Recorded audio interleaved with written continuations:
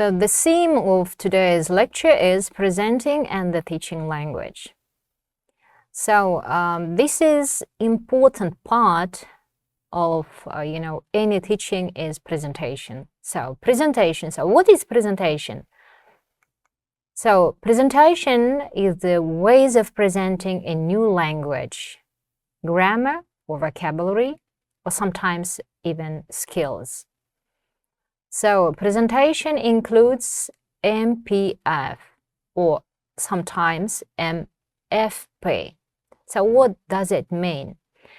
M, that is meaning, P, it is pronunciation, and F, it is form.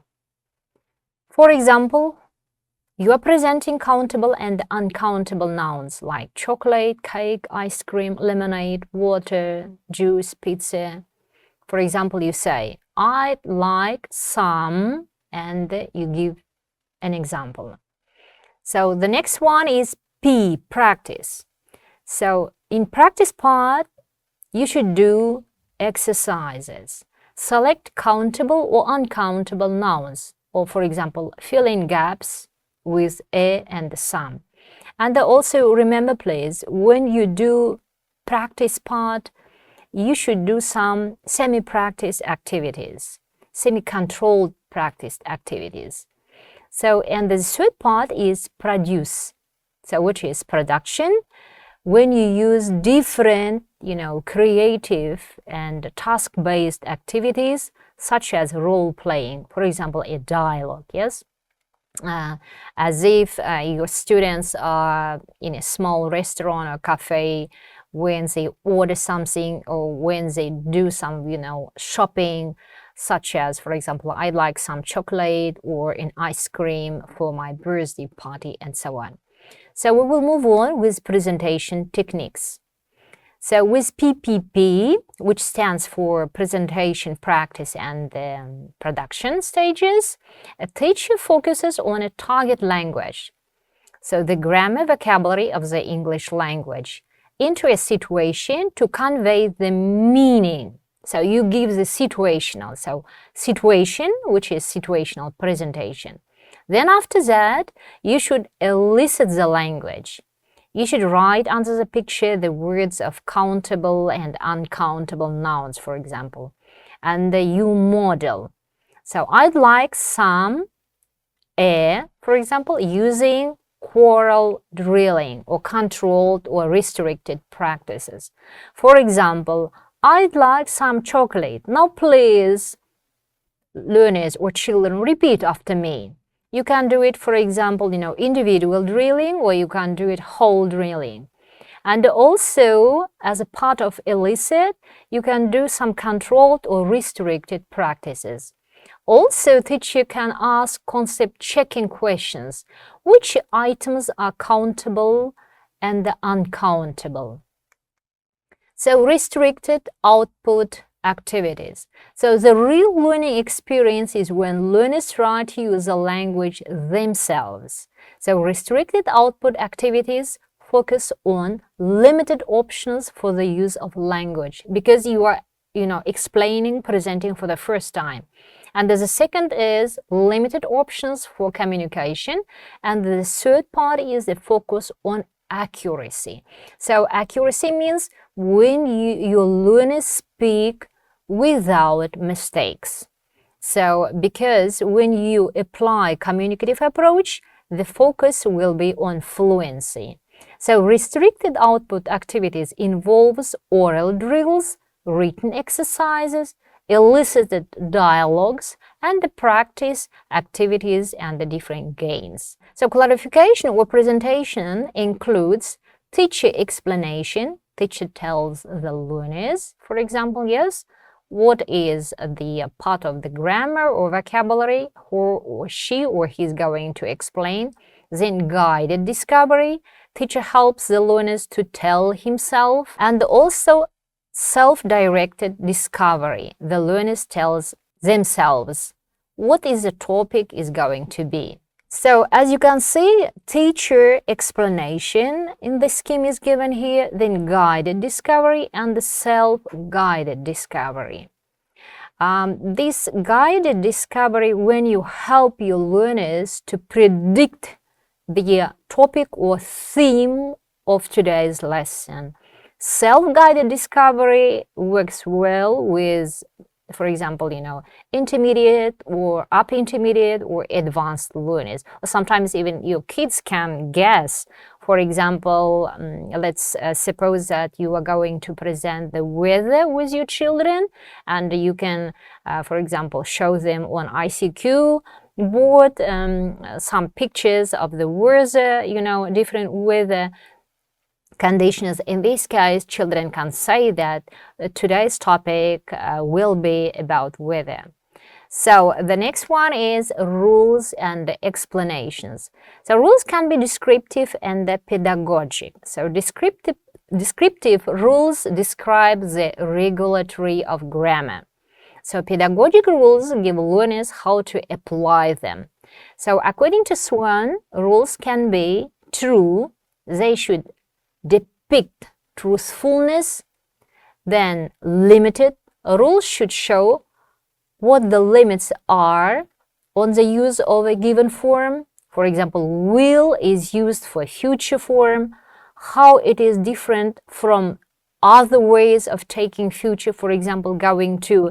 In this case, we say that we have to highlight some communicative, aims of your language, of the target language. And next one, it should be clear. Will is used for spontaneous decisions, and going to, talking about future. And your explanation should be simple. Keep them as simple as possible. There is a limited amount of exceptions that a learner can remember. The next one is familiar. So use familiar terms. For example, present, past, future, gerund, or infinitive. Then your explanation should be relevant. So the rulers should answer only those questions that learners need. So they can be different from language 1, which is mother tongue. And the explanation consists of 2 stages, rules of form and the rules of use. So the next one is 3P, when we use a deductive approach. So here, clarification, explanation should be in the form of presentation, and the restricted output during the practice stage. And the third one will be, authentic output, which is production. So the next one is test, teach, test. This is an inductive approach when you practice directly in the restricted output, and then clarification, explanation should be during the presentation, and then you again practice while using these restricted output activities. So as a part of the PPP, you can use it drills. So drills provide intensive oral practice of selected sentences, giving the learners a chance to practice getting their mouth around the language without worrying too much about meaning. And these drills really, work well with primary and the secondary learners. Sometimes you can also try to do it, drilling with even adults. So the basic drill involves simple repetition. For example, teacher says, he's going to open the door. He's going to open the door. The students repeat after the teacher. For example, he's going to open the car, and students repeat, he's going to open the car. And here you are drilling, repeating to be going to the future form. Okay, so we will continue with drilling. So drills are associated with a largely discredited behaviorism, which suggests that we can be trained into automatic responses to stimuli through repetition or restricted response drills. So drilling also helps to select right from quickly. So there are, drilling variations such as substitution drills, the drills are based on the principle of substitution. That is, certain things should be altered. So altered means you have to change. For example, teacher says, he's going to eat the cake. So student says, he's going to take the cake. For example, teacher says, coffee, and the students repeat, he's going to drink the coffee. You see, instead of to eat the cake, now you are changing to drink the coffee. And the students, of course, repeat after you, he's going to drink the coffee. So the next one is transformation drills. So based on the students making their own sentences, based on a model and information given by a teacher, the student transforms a sentence of one kind into another form. For example, he's opening the tin, and the students should say, he's going to eat the cake. So in this case, you see, the students should change the whole sentence.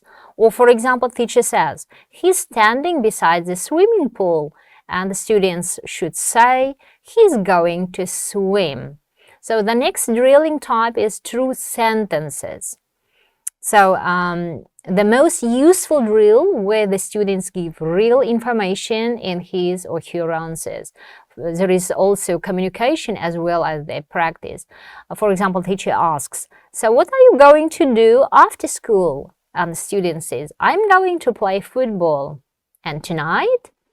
I'm going to watch TV. So you see, this is a really very good way of interacting, with students, and the students have really very good chance or possibilities to expose the language. So the next type is elicited dialogues. So elicited dialogues are short ones, 4 to 10, lines, which contain a number of examples of specific items to be practiced. Using a dialogue places things, items, in a typical or useful context, integrating practice of a new grammar with practice of items previously studied, social English expressions, and the pronunciation.